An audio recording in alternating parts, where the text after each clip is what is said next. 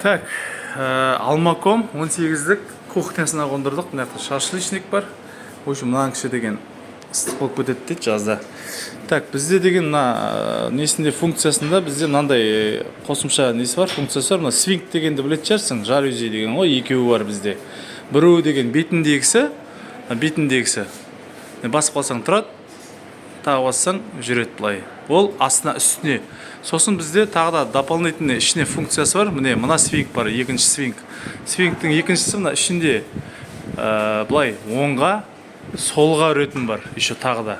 Ол да дополнительный функциясы өте керемет, жақсы. Тіп-тік көріп тұрады, и плюс оңға, солға да үргізіп қоюға болады. Бұл да өте қатты керек зат негізінде. Бұрында жалпы бұндайларды көбінесе біздің конкуренттерде қолмен істейсің, бүйтіп.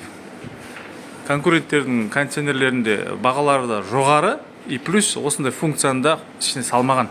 Жалпы мына өте жақсы керек функция болып есептеледі. Ішкі жалюзи, яғни оңға солға.